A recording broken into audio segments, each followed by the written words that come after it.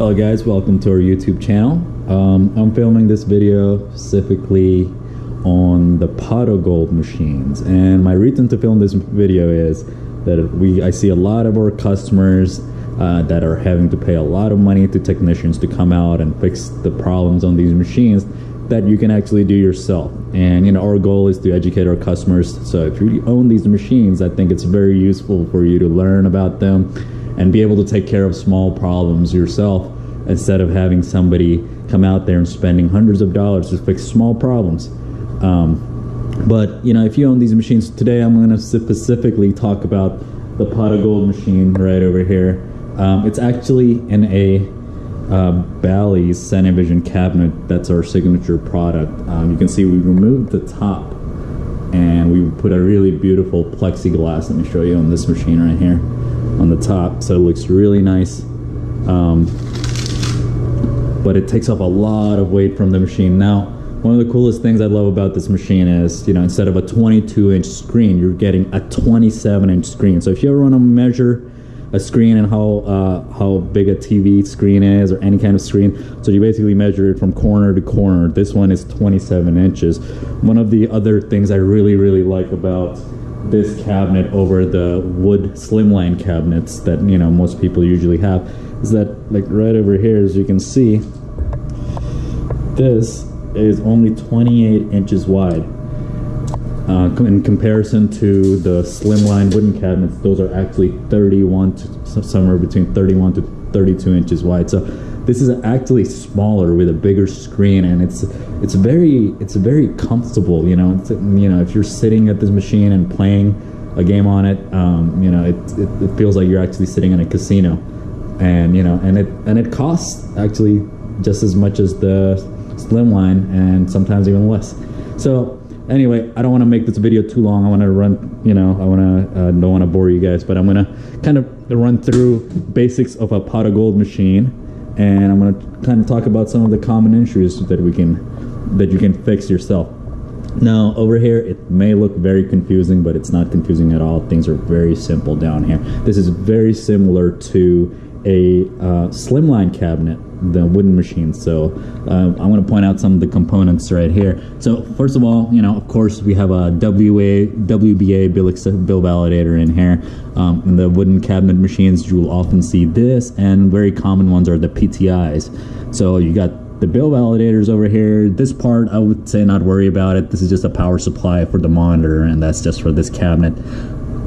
Usually you have a smaller power supply for the monitor of a 22-inch, or you know, if it's a different cabinet.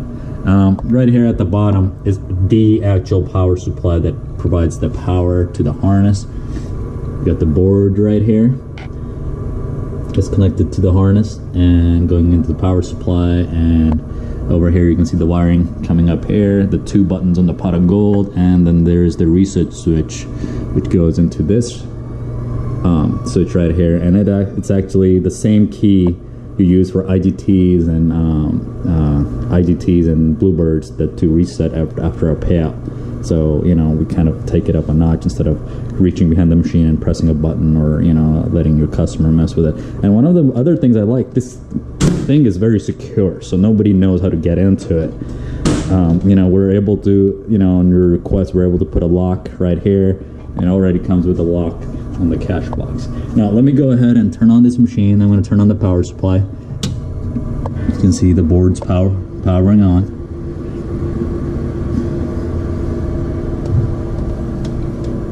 There we go. Sorry guys, it's really bright in this room, so the screen looks a little dim right here. So let's go to the main menu of pot of gold. So this is the diagnostic menu, and here we go. We got all the pot of gold games right here. We got our two buttons. You know, this is where you insert the money. Now, let me open this back up. All right, so one of a very common problem that a lot of people have is, let's just say you bought a machine, or you have your own machine, and even the wooden cabinet. You know, you move this from, let's say if I move this machine from here to that corner next to the fridge, it's very likely, you know, some components in there are going to get moved, You know, because these machines are, you know, I mean, they're not they're not very heavy, but they're not the lightest things either. Components do get moved, and that most of the time, about 95% of the time, those are the ones, that's the thing that causes most of the issues on these machines. So let's just say you move the machine, and let's just say the machine is not turning on, or the monitor is not coming on. So one of the first things you want to see is make sure the machine is plugged in, the board power is on, you can hear all the fans, the power supply is on. And if the screen is not coming on, this is very similar to monitors, a 22-inch monitor as well. So usually you have your touchscreen cable, you have your video cable, which is a VGA cable, and then you have your power cord. So all the power is coming on, you see the board is on, but the monitor is not working.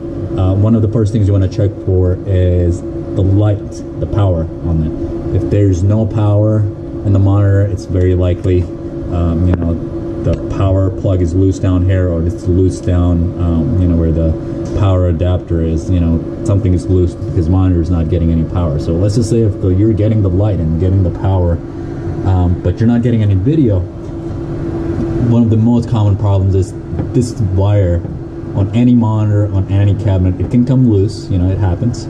So basically, if it comes loose, this is a video cord. All you gotta do is just push it back in. You go down to your graphics card and make sure it's pushed in all the way. So it's very likely the video is gonna come right back on.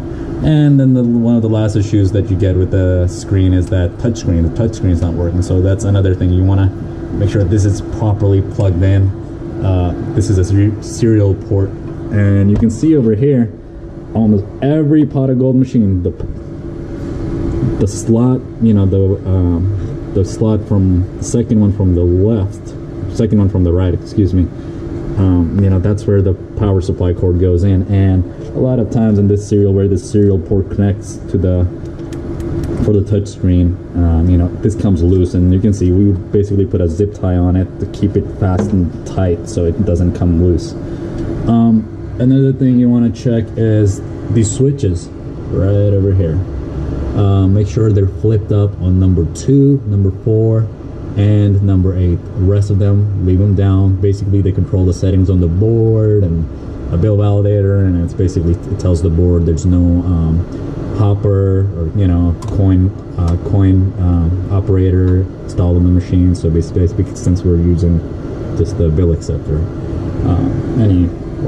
Anyway, another problem that we get is that the machine is not taking any money, and a lot of times, very likely, the cash box is not plugged in properly. So all you have to do is, there we go, see, it's grinding itself. And so let's just say if you pull money out and you're inserting the cash box back in, you know, if it's not put in there properly, then, you know, it's very likely it won't accept any money. Another thing you can do, if this thing, after moving a machine, you know, this is WBA, PTIs are slightly different, so you kind of want to pull it out, put it back in, so make sure it's resting in the place properly after moving the machine.